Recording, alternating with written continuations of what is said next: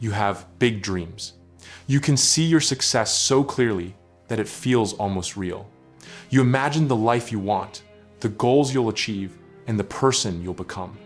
But then, something happens. When it's time to actually do the work, you freeze. You wait. You tell yourself, tomorrow will be different. But tomorrow comes, and you do the exact same thing all over again. If this sounds like you, trust me, you are not alone. You belong to a specific, deeply frustrated category of people, the ambitious but lazy.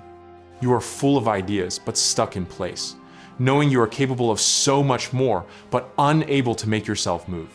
The worst part is the guilt, that voice in your head telling you that you're a failure. But I'm here to tell you, this is not a character flaw. It's not about a lack of intelligence or talent. It's about psychology.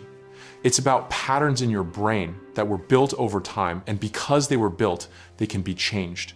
Today, we're going to look inside your mind to see why you're stuck and how to finally break the cycle.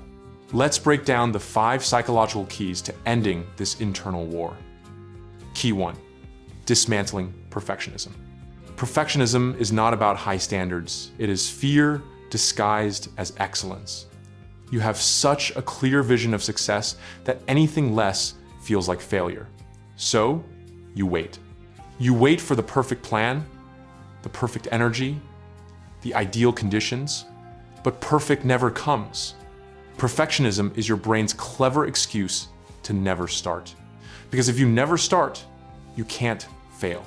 You're afraid that if you actually try and it's not amazing, you'll have to face the truth that maybe you aren't as special as you thought. It's easier to stay in the fantasy of I could succeed if I tried than to test that dream in the real world. Here is the hard truth. Failure is not the opposite of success. Inaction is. When you fail, you learn. When you do nothing, you learn nothing. Every person you admire has failed more times than you have even tried. Key 2, the motivation myth. You cannot build a life on motivation. Motivation is a feeling, and like all feelings, it comes and goes. If you wait until you feel like it to work, you've already lost. Successful people don't have a special motivation gene, they have structure.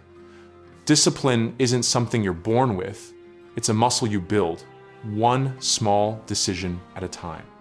You have to accept a difficult reality.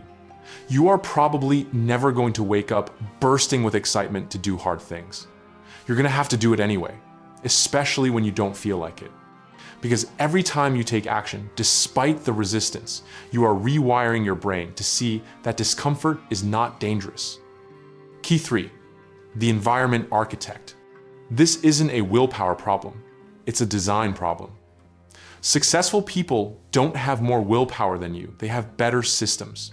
If your phone is next to you, you will check it. If your workspace is messy, you will feel scattered. Your environment controls you more than you realize. To win, you must make it harder to be distracted than it is to focus. Put your phone in another room, clean your desk, close the unnecessary tabs. Every distraction you remove is a decision you don't have to make. And every decision you save is energy you can put towards your actual goals. Stop trying to force yourself to work and start designing a space that makes work the default action. Key 4, the consumption trap. You need to stop consuming and start executing. You likely spend hours watching videos about success, reading articles on productivity, and listening to motivation podcasts. It feels like progress, doesn't it? But it's not. It's another form of avoidance. Your brain is tricking you into thinking that learning is the same as doing. You don't need more information. You already know what you need to do. You just aren't doing it. Information without execution is just entertainment. The moment this video ends, your goal shouldn't be to watch another one. It should be to do one thing that moves you forward. Just one.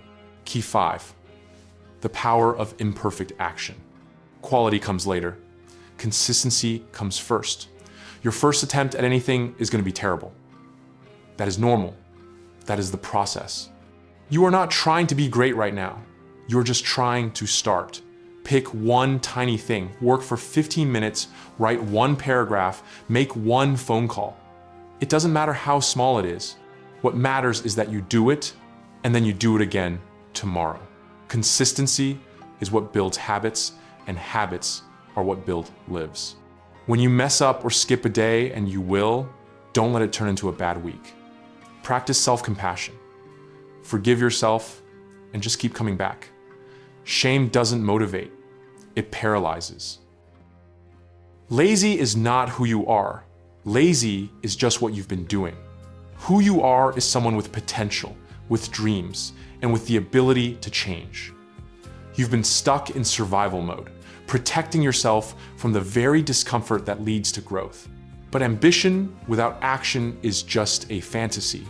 You've spent so much time imagining the life you want. Now, it is time to build it. Not someday, not when you feel ready. Now. You just need to start and then keep going. One decision at a time. That is how dreams become real.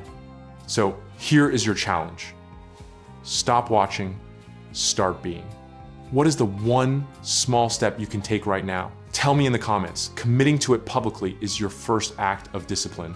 If this psychological deep dive helped you see yourself more clearly, hit that subscribe button.